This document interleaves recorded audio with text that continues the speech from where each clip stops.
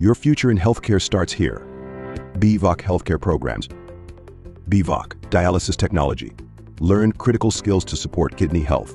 BVOC, Radiology and Imaging Technology. Master the technology that reveals the unseen. BVOC, Medical Laboratory Technology. Explore the lab work that informs every diagnosis. BVOC, Nutrition and Dietetics. Learn to guide healthier choices and support wellness. Step into a rewarding career with hands-on training and industry insights. Empire College of Science. Muadal, Kudapuram, Malapur. Valanchery നഗരസഭയുടെ നിലവിലെ bus സ്റ്റാൻഡിൽ ബസ്സുകൾ നിർത്തി യാത്രക്കാരെ കയറ്റുന്നതിനും ഇറക്കുന്നതിനും കൂടുതൽ സൗകര്യമായ സാഹചര്യം ഉണ്ടാക്കുന്നതിനും ടൗണിലെ ഗതാഗതക്കുരുക്കിന് പരിഹാരമാകുന്നതിനും യാത്രക്കാർക്ക് യാത്രാ സൗകര്യമൊരുക്കുന്നതിനും വേണ്ടി എത്രയും പെട്ടെന്ന് പുതിയ ബസ് സ്റ്റാൻഡ് ആവശ്യമായതിനാലാണ് എല്ലാ സൗകര്യങ്ങളോടുകൂടിയും യാത്രക്കാർക്ക് എത്തിച്ചേരാൻ സാധിക്കുന്ന സ്ഥലത്താണ് പുതിയ ബസ് സ്റ്റാൻഡ് വരുന്നതെന്നും നഗരസഭാ ചെയർമാൻ അഷ്റഫ് അമ്പലത്തിങ്ങൽ പറഞ്ഞു. ഗതാഗത കുരുക്കിനും നിലവിലുള്ള ബസ് സ്റ്റാൻഡിൻ്റെ സ്ഥല പരിമിതി മൂലവും പുതിയൊരു ബസ് സ്റ്റാൻഡ് വരണമെന്നുള്ളത് വളാഞ്ചേരിക്കാരുടെ നിരന്തരമായ ആവശ്യമാണ്. നേരത്തെ ഉള്ള ഭരണസമിതി ഒരു പ്രപ്പോസൽ ക്ഷണിച്ച്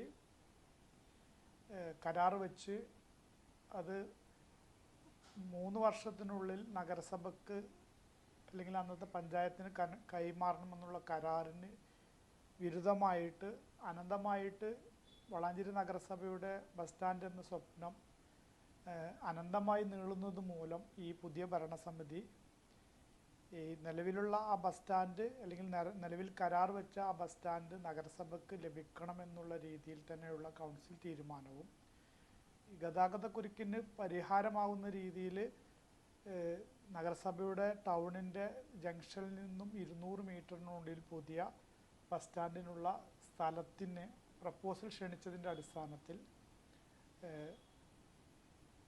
ഒരു പുതിയ ബസ് സ്റ്റാൻഡിന് ഒരു 2-3 പ്രപ്പോസലുകൾ ലഭിക്കുകയും അതിൽ നിന്ന് Pride of Malabar Infrastructure LLP എന്ന സ്ഥാപനത്തിന് doctor N Muhammad Ali managing ഡയറക്ടറായ ഒരു ഫേമിന് സമർപ്പിച്ചതിൻ്റെ അടിസ്ഥാനത്തിൽ അതിന് അംഗീകാരം നൽകുകയും ചെയ്തു.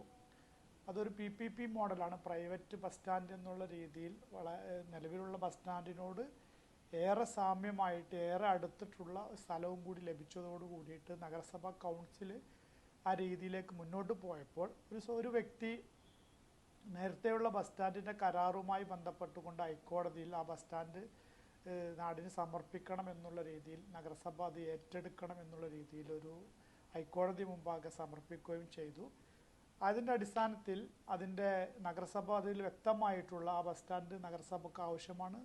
ഇന്നത്തെ സാഹചര്യത്തിൽ വളാഞ്ചേരി ടൗണിനോട് 1, 2, 3 ബസ് സ്റ്റാൻഡുകൾ വന്നാൽ പോലും ഇപ്പോഴത്തെ പ്രശ്നങ്ങൾ പരിഹരിക്കാൻ കഴിയുകയുള്ളൂ എന്നുള്ളതിൻ്റെ അടിസ്ഥാനത്തിൽ നഗരസഭ അതിൻ്റെ ആ പരാതിയുമായി ബന്ധപ്പെട്ടുകൊണ്ട് ബഹുമാനപ്പെട്ട ഹൈക്കോടതിയിൽ വ്യക്തമായിക്കൊണ്ട് തന്നെ നഗരസഭയുടെ സ്റ്റാൻഡ് അഫിഡവിറ്റോടു കൂടി അവതരിപ്പിക്കുകയും ചെയ്യുകയുണ്ടായി.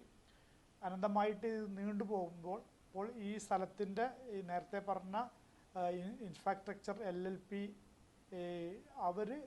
അവരുടെ ബാക്കിയുള്ള സ്ഥലത്ത് പിന്നെ നഗരസഭയുടെ നിയമാനുസൃതമായിട്ടുള്ള രീതിയിൽ കെട്ടിടങ്ങൾ അല്ലെങ്കിൽ ടെർമിനൽ കോംപ്ലക്സ് നിർമ്മിക്കുന്നതിന് വേണ്ടിയിട്ടുള്ള പ്രവർത്തനങ്ങൾ ചൊവ്വാഴ്ച വൈകിട്ട് 4:30 കൂടിയിട്ട് ബഹുമാനപ്പെട്ട MLA പ്രവൃത്തി നിർവഹിക്കുകയാണ്. തീർച്ചയായിട്ടും ടെർമിനൽ കോംപ്ലക്സ് ഓരോ ആളുകളുടെയും എസ്റ്റിമേറ്റ് അനുസരിച്ച് പ്ലാൻ അനുസരിച്ചുകൊണ്ട് നഗരസഭയിൽ സബ്മിറ്റ് ചെയ്യുന്നതോട് കൂടിയിട്ട് അതിൻ്റെ പ്രവൃത്തി ആരംഭിക്കും. ബസ് സ്റ്റാൻഡുമായി ബന്ധപ്പെട്ടുകൊണ്ടുള്ള യാർഡ് ഈ ബഹുമാനപ്പെട്ട കോടതിയുടെ അന്തിമ വിധിക്ക് അനുസരിച്ചുകൊണ്ടും നഗരസഭ മുന്നോട്ട് പോകും. ഏതായാലും മറ്റന്നാൾ നടക്കുന്ന പ്രവൃത്തി ഉദ്ഘാടനം ടെർമിനൽ കോംപ്ലക്സുമായി ബന്ധപ്പെട്ടുള്ളതാണ്.